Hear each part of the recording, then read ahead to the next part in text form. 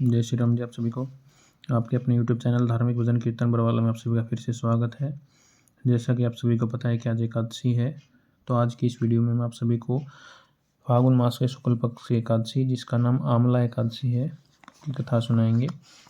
और कथा शुरू करने से पहले आप सभी से अनुरोध कि जिन्होंने हमारे YouTube चैनल धार्मिक भजन कीर्तन बरवाला को लाइक सब्सक्राइब नहीं किया है, वो सब्सक्राइब करें, लाइक करें और आगे शेयर करें, ताकि आप सभी को ऐसी धार्मिक भजन कीर्तन और कथाएँ सुनने को मिले। तो आइए शुरू करते हैं आज की वीडियो। जैसा कि आप सभी को हर एकादशी की वीडियो में मैं एकादशी व्रत की महिमा बतलाता हूं, तो इस बार भी शुरू करते हैं। व्रत एवं उपवास के सेवन के साथ साथ आत्मा भी शुद्ध हो जाती है। व्रत एवं उपवास में आहार का त्याग एवं सात्विक भोजन का विधान है, इसलिए उपवास आरोग्य एवं दीर्घ जीवन की प्राप्ति का उत्तम साधन है। जो व्यक्ति नियमित रूप से व्रत एवं उपवास करते हैं, उन्हें उत्तम स्वास्थ्य की प्राप्ति होती है। उपवास के महत्व को तब आधुनिक विज्ञान भी स्वीकारने लगा है। उपवास की महिमा का वर्णन करते हुए नारद पुराण में तो यहाँ तक लिखा है कि गंगा के समान कोई तीर्थ नहीं है, माँ के समान कोई गुरु नहीं, भगवान विष्णु के समान कोई देवता नहीं, और व्रत उपवास जैसा कोई तप नहीं है। सभी व्रतों में एकादशी के व्रत को सर्वोपरि माना जाता है। प्रत्येक माह में 2 एकादशी होती हैं। वर्ष भर में 24 एकादशी होती हैं। अधिक या मल मास में 2 एकादशी अतिरिक्त पड़ती हैं, जिन्हें पुरुषोत्तम एकादशी कहा जाता है। इस प्रकार कुल 26 एकादशी मानी जाती हैं। ये सभी एकादशी अपने अपने नाम के अनुसार श्रेष्ठ फल देने वाली होती हैं। एकादशी का व्रत रखने, विधिपूर्वक महात्म्य कहने, सुनने तथा भगवान विष्णु का भजन कीर्तन करने से मनुष्य के सभी प्रकार के कष्ट दूर हो जाते हैं और वह इस लोक में सुख भोग कर अंत में भगवान विष्णु के धाम के लिए प्रस्थान करता है। जो पुण्य सूर्य चंद्र ग्रहण में स्नान व दान आदि से प्राप्त होता है, जो पुण्य अन्न जल दान, स्वर्ण दान, भूमि दान, गौदान तथा अश्वमेध आदि यज्ञ करने से मिलता है, जो पुण्य तीर्थ यात्रा और कठिन तपस्या से प्राप्त होता है, उससे अधिक पुण्य एकादशी व्रत रखने से मिलता है। इसलिए हमें एकादशी का व्रत अवश्य ही करना चाहिए। तो आइए आज की आमला एकादशी की व्रत कथा शुरू करते हैं। माधंता जी बोले कि हे वशिष्ठ, यदि आप मुझ पर प्रसन्न है तो ऐसे व्रत की कथा कहो जिससे मेरा कल्याण हो। महर्षि वशिष्ठ जी बोले कि हे राजन, मैं सब व्रतों से उत्तम एवं अंत में मोक्ष को देने वाला आमला एकादशी का वर्णन करता हूँ। यह फागुन मास के शुक्ल पक्ष में होती है। इस व्रत के फल से समस्त पाप नष्ट हो जाते हैं। इस व्रत से मिलने वाला पुण्य 1000 गौदान के फल के बराबर है। मैं आपसे एक पौराणिक कथा कहता हूँ, सो उसे ध्यानपूर्वक सुनिए। प्राचीन समय में एक वैदिक नगर था, जिसमें एक चैत्रथ नामक चंद्रवर्षी राजा धर्मपूर्वक राज्य करता था। उस नगर में ब्राह्मण, वैश्य, क्षत्रिय और शूद्र चारों वर्ण आनंदपूर्वक रहते थे। नगर में सदैव वेद ध्वनि गूंजा करती थी। उस जगह पापी, दुराचारी, नास्तिक आदि का कोई स्थान नहीं था। उस नगर के सभी निवासी विष्णु भगत थे। वहाँ के सब निवासी वृद्ध से बालक तक प्रत्येक एकादशी का व्रत किया करते थे। एक दिन फागुन मास के शुक्ल पक्ष की आंवला एकादशी आई। उस दिन राजा से लेकर प्रजा तक, वृद्ध से लेकर बालक तक सबने हर्ष सहित उस एकादशी का व्रत किया। राजा ने अपनी प्रजा के साथ मंदिर में जाकर कुंभ की स्थापना की और मिलकर धूप, दीप, नैवेद्य, पंचरत्न, छत्र आदि से धात्री आंवले का पूजन करने लगे। वे सब धात्री की इस प्रकार स्तुति करने लगे कि हे धात्री, तुम ब्रह्मा स्वरूप हो, तुम ब्रह्मा जी द्वारा उत्पन्न हो और समस्त पापों को नष्ट करने वाली हो। तुमको बारंबार नमस्कार है। अब तुम मेरा अर्घ स्वीकार करो। तुम भी श्री रामचंद्र जी के द्वारा सम्मानित हो। मैं आपसे प्रार्थना करता हूँ कि मेरे समस्त पापों का हरण करो। रात्रि में सब उसमें देवालय में जागरण किया। रात्रि के समय सब उस जगह एक बहेलिया आया। वह महापापी और दुराचारी था। उसने कुटुंब का पालन वह जीव हिंसा करके किया करता था। वह भूख प्यास से अत्यंत व्याकुल था। कुछ भोजन की इच्छा से मंदिर के एक कोने में बैठ गया। उस समय बैठकर वह भगवान विष्णु की कथा और एकादशी का माहात्म्य सुनने लगा। इस प्रकार वह बहेलिया ने समस्त रात्रि अन्य लोगों के साथ जागरण करके व्यतीत की। प्रातःकाल होते ही सभी लोग अपने अपने घर गए। बहेलिया भी अपने घर को चला गया। कुछ समय बीतने के पश्चात बहेलिया की मृत्यु हो गई। बहेलिया ने आमल की एकादशी के व्रत और जागरण के प्रभाव से उसने एक राजा विदुरथ के यहाँ जन्म लिया।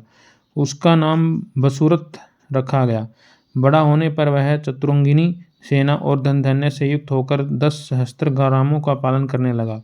वह तेज में सूर्य के समान, कांति में चंद्रमा के समान, वीरता में भगवान विष्णु के समान और क्षमा में पृथ्वी के समान था।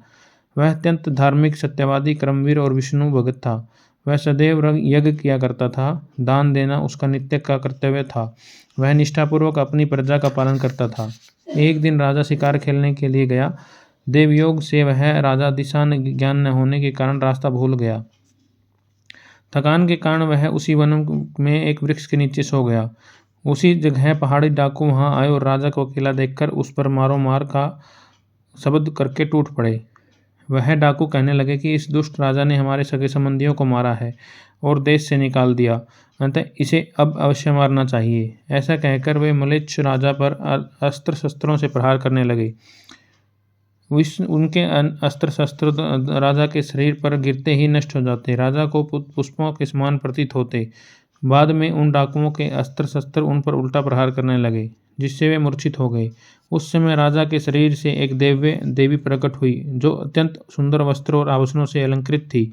उसकी भ्रुकुटी टेढ़ी थी, उसकी आंखों से लाल लाल ज्वाला निकल रही थी।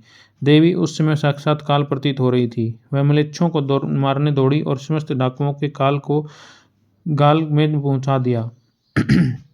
जब राजा जागा तो सभी डाकुओं को मरा हुआ देखकर सोचने लगा कि मेरे इन शत्रुओं को किसने मारा है, मेरा इस वन में कौन हितैषी रहता है। जब राजा ऐसा विचार कर रहा था, तब आकाशवाणी हुई कि और कहने लगे कि हे राजन, इस संसार में तुम्हारी भगवान विष्णु के अतिरिक्त कौन रक्षा कर सकता है। इस आकाशवाणी को सुनकर राजा अपने नगर में वापिस आ गया और सुखपूर्वक राज करने लगा। महर्षि वशिष्ठ बोले कि हे राजन, यह सब आमल की एकादशी के व्रत का प्रभाव था। जो मनुष्य आमल की एकादशी का व्रत करता है वे प्रत्येक संकट से निकल जाते हैं और भगवान विष्णु उन पर अपनी सबकी रक्षा करते हैं और अपनी दया दृष्टि बनाए रखते हैं। बोली एकादशी माता की जय हो। बोली विष्णु भगवान की जय हो। आज की आमला एकादशी की कथा यहीं समाप्त होती है। आइए एकादशी माता की आरती करते हैं। ओम जय एकादशी माता, विष्णु पूजा व्रत को धारण कर सकती मुक्ति पाता। ओम जय एकादशी माता, तेरे नाम गिनाऊं भक्ति प्रदान करनी, मैं भक्ति प्रदान करनी, गुण गौरव की देवी माता शास्त्रों में वर्णी। ओम जय एकादशी माता, माघ शीष के कृष्ण पक्ष की उत्पन्ना विश्वतारिणी जनमी, मैं विश्वतारिणी जनमी, शुक्ल पक्ष में होय मोक्षदा मुक्तिदाता बन आई। ओम जय एकादशी माता, मैं जय एकादशी माता, वो मास के कृष्ण पक्ष की सफला नाम कहे, मैं सफला नाम कहे, शुक्ल पक्ष में होय पुत्र दा आनंद अधिक रहे। ओम जय एकादशी माता, मैं जय एकादशी माता, नाम सट्टिला माघ मास में कृष्ण पक्ष आवे, मैं कृष्ण पक्ष आवे, शुक्ल पक्ष में जया कहावे, विजय सदा पावे। ओम जय एकादशी माता, मैं जय एकादशी माता, विजया फागुन कृष्ण पक्ष में शुक्ला आमल की, मैं शुक्ला आमल की, पाप मोचनी कृष्ण पक्ष में चैत्र महाबली की। ओम जय एकादशी माता, मैं जय एकादशी माता,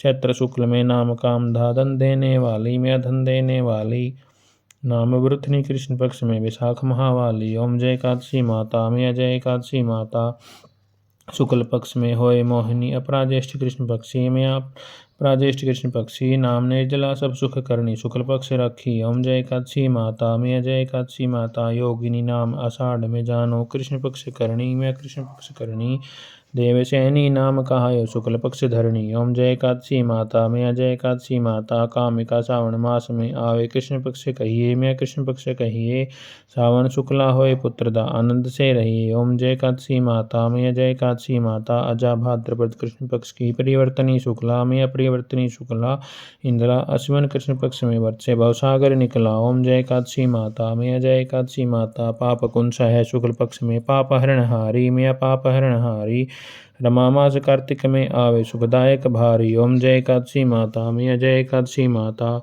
देवोत्थैनी शुक्ल पक्ष के दुखनाशक मैया, मैं दुखनाशक मैया, लौंग मास की करो विनती पार करो नैया। ओम जय एकादशी माता, मैं जय एकादशी माता, शुक्ल नौंद में होय पृदनी दुख दरिद्र हरणी, मैं दुख दरिद्र हरणी, परमा कृष्ण पक्ष में होती जन मंगल करणी। ओम जय एकादशी माता, मैं जय एकादशी माता, जो कोई आरती एकादशी की भक्ति सहित गावे, मैं प्रेम सहित गावे, जन सामान्य निस्वर का वासा निश्चय वह पावे। ओम जय एकादशी माता, मैं जय एकादशी माता। बोले एकादशी माता की जय हो। भगवान विष्णु बाबा श्याम की जय हो। आज की आमला एकादशी की कथा यहीं पर समाप्त होती है। आप सभी को कथा कैसे लगी कमेंट करके ज़रूर बताएं, और अगर कोई त्रुटि है कथा में तो भी अवश्य बताएं, ताकि आगे की वीडियो में हम उसका सुधार कर सकें। बोली एकादशी माता की, बाबा श्याम की और विष्णु भगवान की जय हो। आप सभी का कल्याण हो, सभी की पर भगवान विष्णु बाबा श्याम और माता की दया दृष्टि बनी रहे, सभी का कल्याण हो।